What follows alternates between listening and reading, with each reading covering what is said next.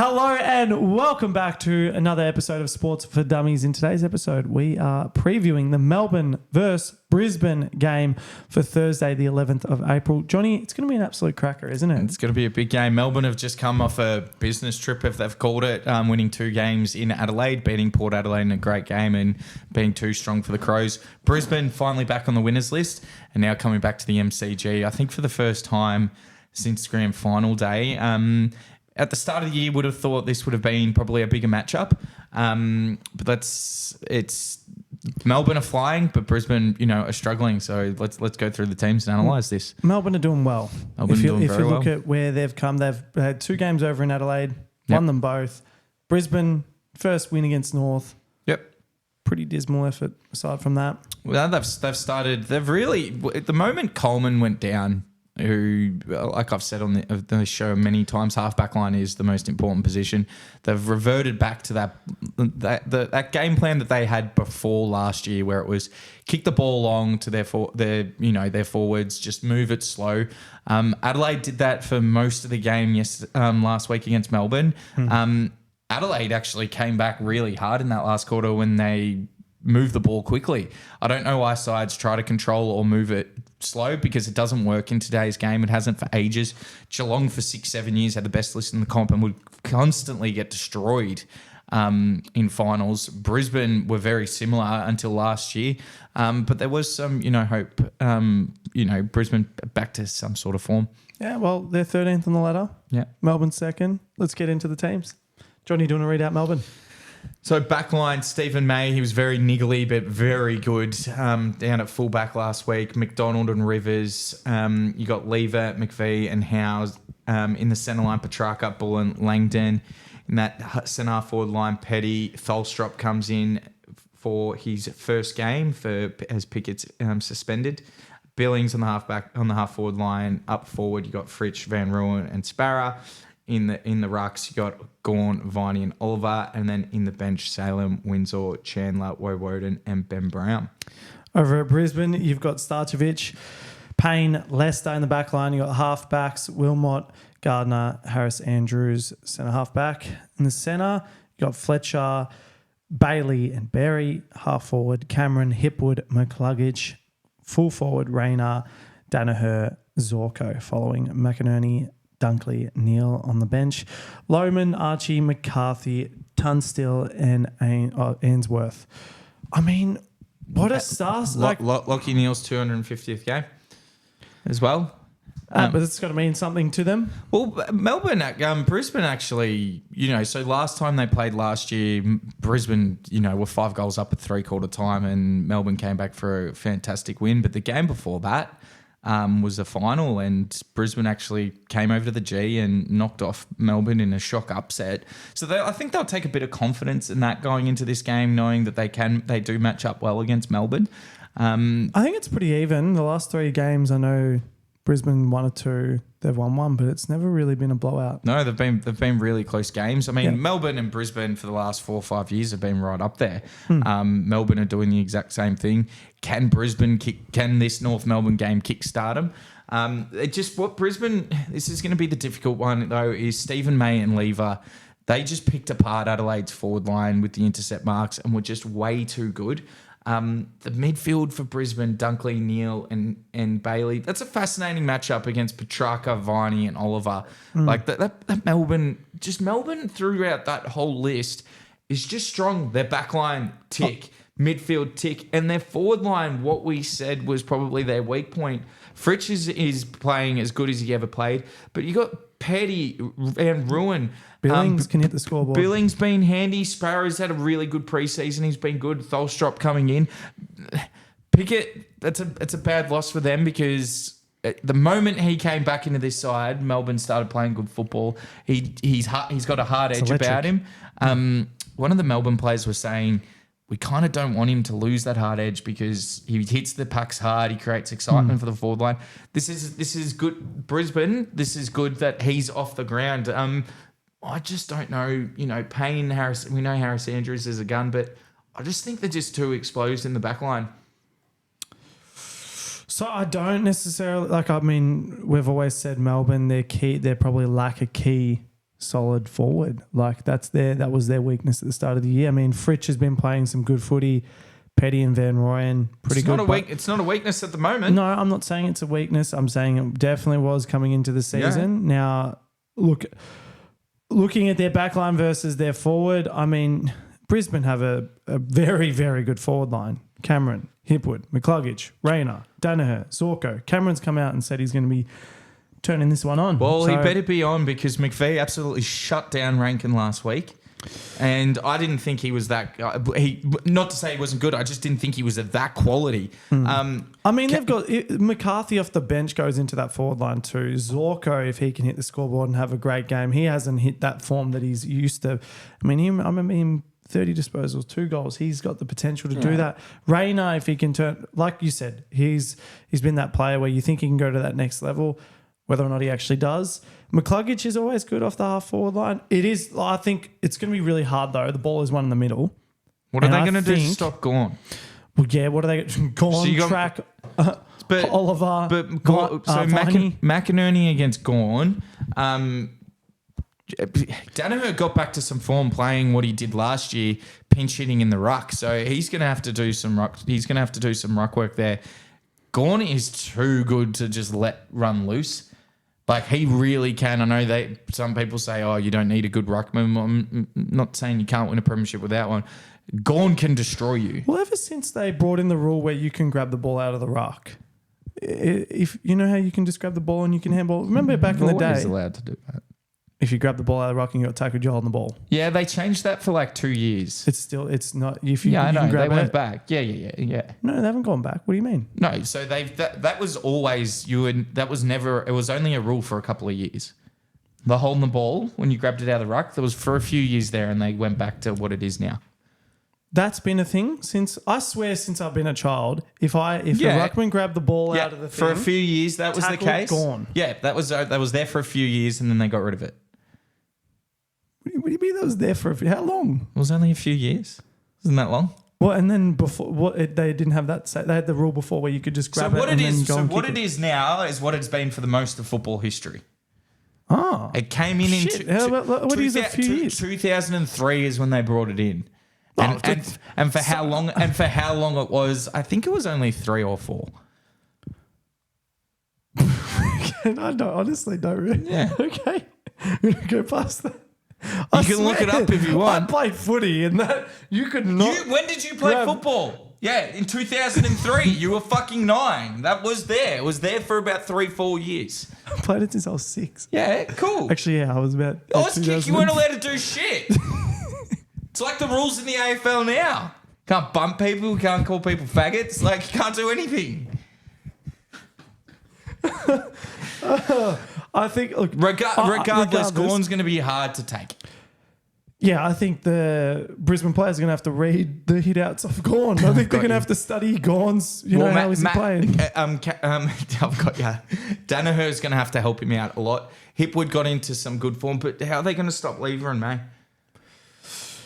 Well, they're just too good. And McVeigh, he's been awesome. Their backline is Trent Rivers, Charlie Cameron's the key here because he's a one-trick pony at the moment where he waits for the ball, he tries to isolate, wait for the ball to go out the back. He doesn't attack the footy up the front, and he's made a great career out of it, but it's been figured out. McVeigh should just be watching how Adam Sard played Charlie Cameron and just be like, don't even go up for the mark, just run the other way. That's all he does. He's got to change his running patterns a little bit here.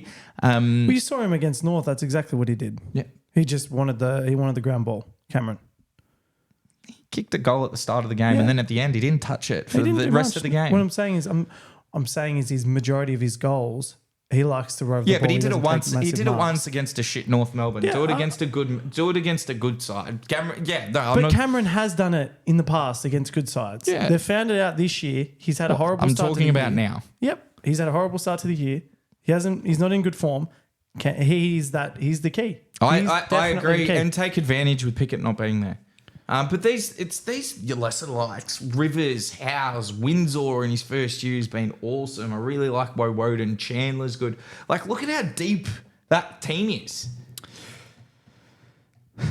Yeah, it's going to be hard. Like it is deep. Like I just think that like Two very good lists. I'm looking at them. They're two very good lists. The only thing in Brisbane, the depth is just so much better on Melbourne.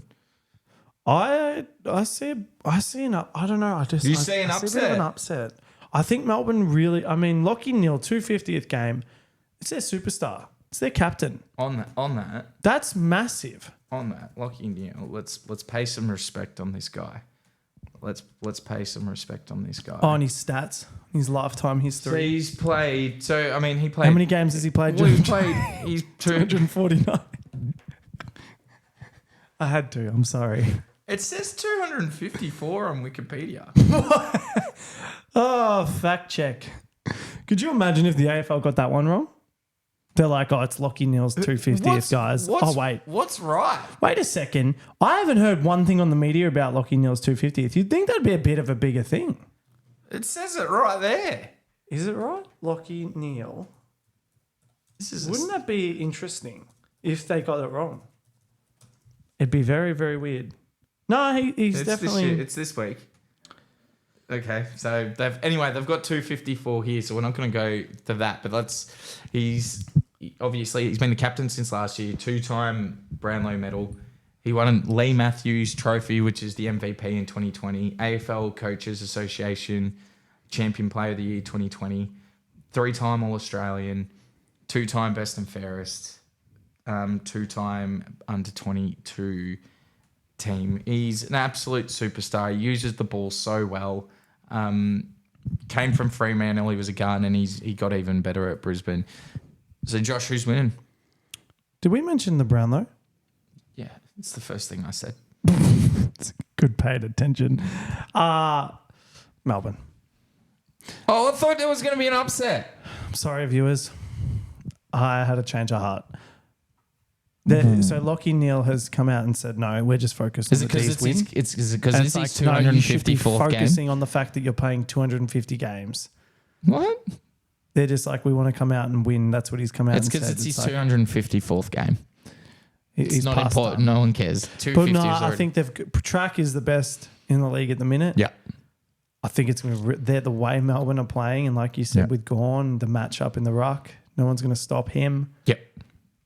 I just can't see them. I see a lot. This is why I was trying to say that. Grab the ball out, be able to kick it. Gawn's going to kill it in the ruck. They're going to need some. They're going to need some help from Danaher. Does Hipwood go in and help? Like McInerney's going to have a big day. Can he nullify him? And then if you do, like, no one's better than Petrarca at the moment. No, and that guy's contested. I mean, just his clearance ability, his ability to hit the packs with speed, his ability to go forward, kick goals, hit the scoreboard. Well, I think the top, and then he made top 4 for I think the champion data for whatever the ratings are. He's 3rd in the league already for this year. Who's second and first? Isaac Heaney was first. Apparently, Isaac Heaney's having the best first 5 games of all time according to champion data since 2010.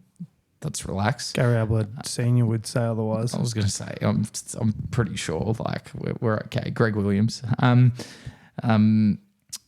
think Melbourne get the job done. How much? I reckon 5 goals. 5 goals. See, I think it will be within 20 points. Okay. I think it'll be under 20. If I was a betting man, I was putting my bets. It'd be under 20 points. Oh, we will be betting. Hey, you won a bit of money, didn't you? I'm back. I'm back. Sports Bet is going to be our first sponsor. Sports for Dummies do not endorse gambling. Thanks, John. We have to put the disclaimer now. Oh, that's good. Nah, it'll be a good game if Brisbane can win this, and it will be an upset. This will kickstart them. This will put them firmly on the deck. Yeah, as you said, yeah. And Melbourne might have to get back on the deck too and do some things. I think. But it was like Sydney, right? Sydney got caught out a little bit. Is it if Melbourne really kick this one and they take Brisbane and they thump them by 5 goals? Really shows where they're at. I don't think we learn. If Melbourne should do Melbourne should win this game. I think the loss of Coleman not in this Brisbane side. It's in Melbourne. Melbourne have just done the hard work and won 2 games in Adelaide. Do you think- This is a more important game for Brisbane because if Brisbane lose, they go 1-5, 1-4. 1-4, sorry, versus Melbourne, who will be 3-2. Oh, if they lose? Wait, no. So this is what happens when not every team's equal and play. I don't really like, how they've done this. The bloody... It confuses me. Because I thought, just bear with me. I'm going to bring up the ladder. No, Melbourne haven't lost. Oh no, they lost one game. So they've played 5. Yeah, they're 4-1. So Melbourne lose this, they go 4-2. Not the end of the world. Brisbane lose, they go to 1-4. You know what? Stuff Sorry. the AFL for doing the opening round. That has thrown me for Opening 6. round fucking sucked. Can you? Why? Can we Why just are we calling it around 0? Can we just Can we go back to the round 1 to 12? Just do that. Call the fucking buys. rounds, whatever. Have your bye in the middle. Actually, have a bye where we actually have a bye. Can have like the tiniest break.